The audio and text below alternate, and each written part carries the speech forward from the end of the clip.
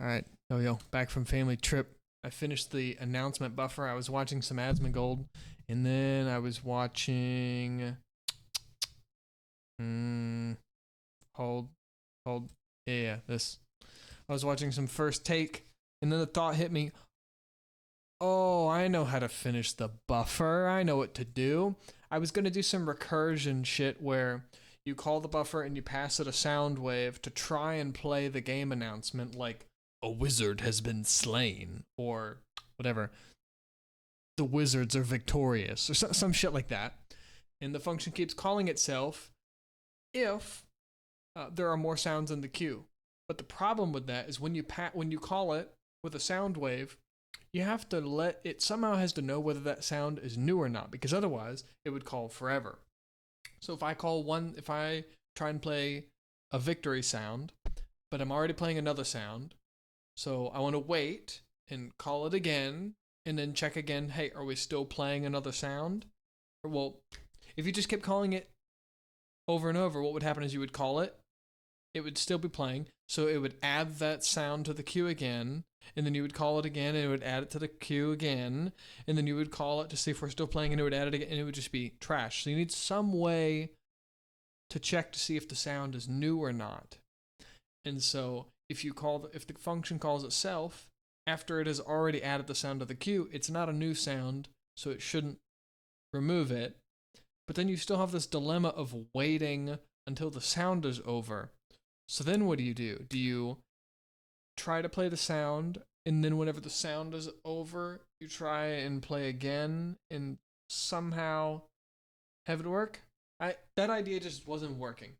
And so instead, I think the best idea, what we do is we instead just use this audio component to play the sound, which allows me to do something whenever it finishes playing something. It allows me to play and set the sound, but it also lets me check to see if it's playing or not right now. So I can just get the component and check to see if it's playing. That lets me avoid having to call this function recursively and accidentally keep on adding a sound to a buffer and then get this infinite sound loop. No. Instead, it's so much more simple. Whenever we want to play a sound, try and play the sound. What does that mean? Okay, well, first, we add it to the buffer.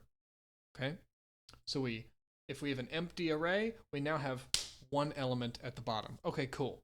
And then we decide, do we want to do nothing if we're currently playing, or do we want to play the sound now if we aren't currently playing?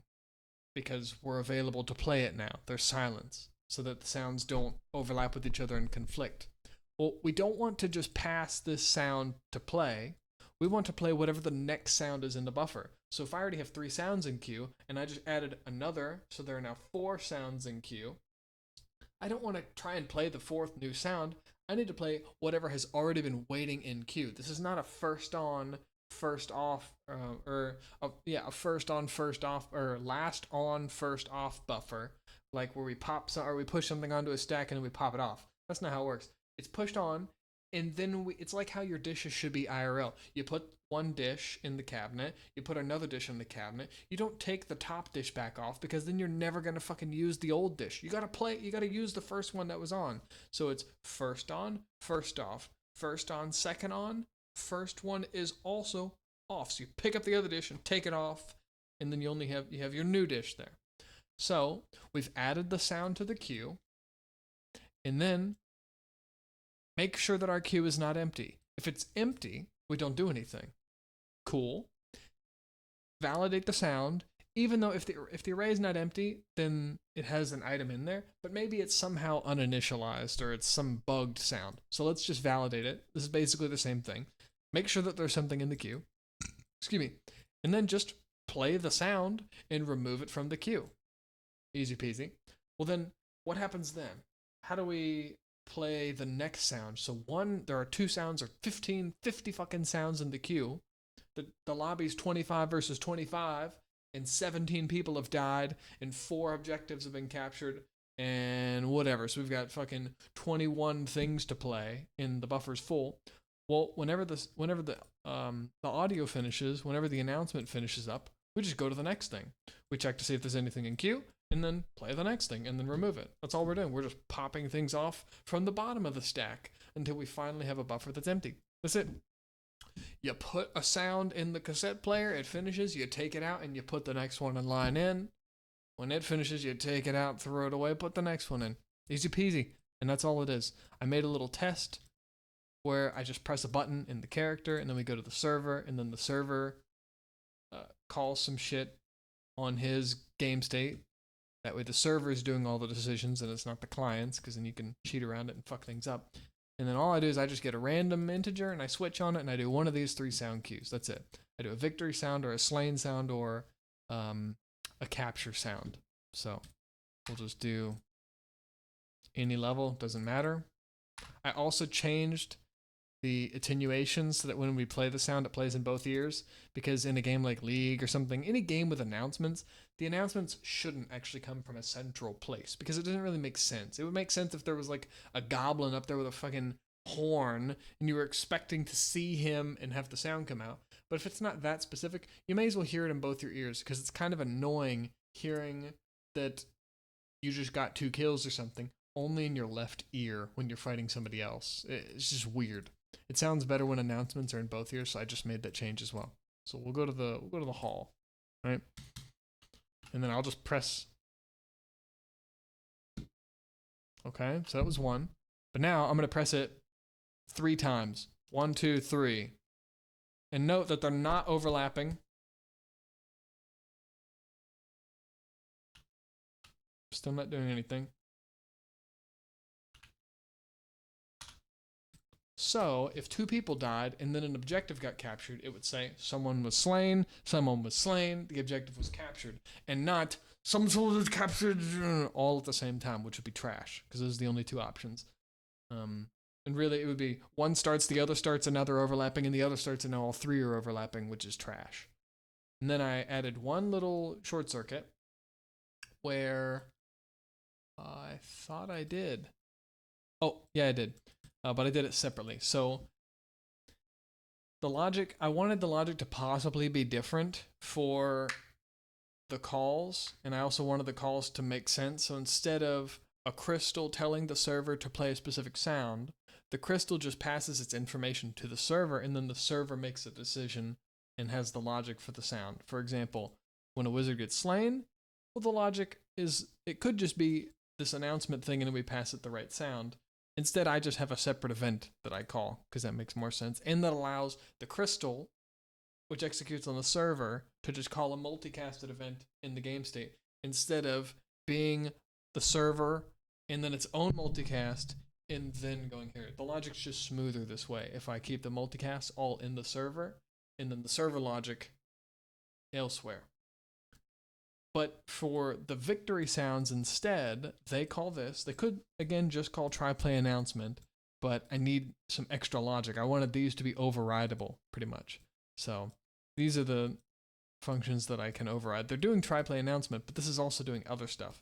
Well, whenever the victory sound plays, there shouldn't be any other announcements ever. So if an objective was just captured, and then if an objective is captured, immediately the victor in the game is done, because all domination points are captured. Cool. Or all the enemy players on the capture the flag team are dead, but the flag is there, but they're on respawn cooldown. That doesn't exist right now, but let's say they are. And then you capture the flag, and now they can't respawn, and now the game's over. Well, the sound of capturing a flag will play, the announcement. The wizards have captured the Western Crystal, or something like that, or whatever. The forest, whatever. But also the victory sound will play at the same time, and those will muddle each other. So instead, well, and that's actually fixed. The problem would be this. I don't want to just add, previously the issue was they would muddle each other, but now that's fixed. The problem now is that the victory sound would only be tacked on to the queue. And that's it, because first the capture sound happens, and then the end game check, the game over check happens, and then it plays the game over sound afterwards, because the crystal was captured first, which plays a sound. And then after the crystal is captured, it checks to see if the game is over, if it's captured the flag or domination, games that have objectives. And then the game over sound plays. Well, I don't want the game over to wait to play. The game's already over immediately. There's no more playing. It's over. So instead, we stop any current announcements, and then we clear the queue, and then we play the correct sound. That way, the second it ends, it ends. There's no more crystal sound. There's no more capture sound. So whenever you're in solo and you capture a flag, like domination, the other team is empty. So if I capture this, it's over. But you're not going to hear the objective capture because the game's over. And that's it. That's the sound that plays because the other one technically started but stopped. And then the next one immediately played because it cut it off, as it should. That way, whenever the game is over and you see the widget, the UI telling you the game is over, you don't then hear that the wizards are still being slain, and then the objective is captured, and then the game is over. Meanwhile, you're already back in the lobby. You didn't even get to hear the other sounds because the game ended and kicked everybody out. So, because it's the server, it's over. The game's over. You're back in the lobby to find another game. So, that's it. That's the buffer. That's the logic. Anything else? That's really it. But, like, the crystal, when we capture it, basically tells the server, hey, check to see if the game is over now. So, like, we'll do the crystal. Oh, yeah. And see, like, and so the crystal capture announcement, we take the team and the name, and we use that to play the correct announcement. So we find the announcement depending on which crystal was captured, and then we find that announcement, and we send that sound wave so that that announcement can be added to the queue or played immediately. Or rather, it's added to the queue and it's maybe played immediately. But it's at least being queued up to be played at some point. So, oh, and then there's no recursion here. So once the audio finished one time, it checks, and if there's nothing else in queue, that's it. The audio didn't restart, so this won't ever get called again until something tells it to go, and then it plays, and then we start up the queue again. So I don't have any background logic eating up resources. So I think that's it. We'll do game over. No, this is not it. It's domination. Nope. Hold. Like the end game check for domination. I need to clean this up to look a bit better. It still looks kind of wonk.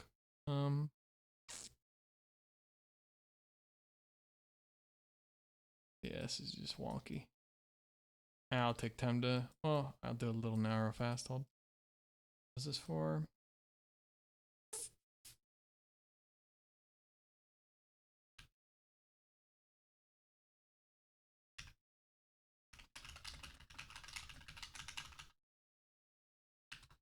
Number of crystals. Basically, how many crystals have the wizards captured? Well, if it's all of them, then they've won. Same thing for warlocks, etc. So. Okay. But whenever the game ends in a certain way, the wizards win. Okay, we play the wizard victory sound, which has that override logic here. So if this is a function in a class, and the class is the game state, which this is what this is. These are functions, but then they would have RPC stuff in there. They would have remote procedure call logic so that they're networked properly. In their Unreal Reflection Systems macro shit, the preprocessor directives that replace the code or replace your bullshit with actual code. I hate macros, but whatever. We could have, well, how would I do that really? I mean, you could have a crazy function, or you could have, I guess I'd prefer to have that, honestly. We have one function that is playing the announcement, but we don't actually want to play the announcement. So what we really should do is make this to be a private function if it was in C++. I'm not going to fuck with it now because it's fine. But so far, I think I like working with public functions in Blueprint. But we have these actual public functions that we would call elsewhere, just like you saw. So, well, actually, and it wouldn't even need to be public there. What would it be? So it would be this would be the public function that the crystal calls because it passes its own info here that's received here, So the crystal calls its own server event in its own thing. So it has its own RPC so that the player's crystal tells the server, hey, whatever. Actually, it might already be on the server. I think it is. And then, yeah, because the server is doing the determinations for the capturing. So the server is doing all that logic. And then the server tells everybody from the crystal publicly so that the crystal class can access this function. We're not going to make it a friend class. We'll just make it public. It's fine. And then we call this, but whatever. That's besides the point. That's the logic for the announcement playing. So, next shit. I don't know. I have other things I have to do. Like, probably at some point, some sort of anti-cheat thing. There's other stuff. I have it written down, but I'll figure it out. About to go to bed. So,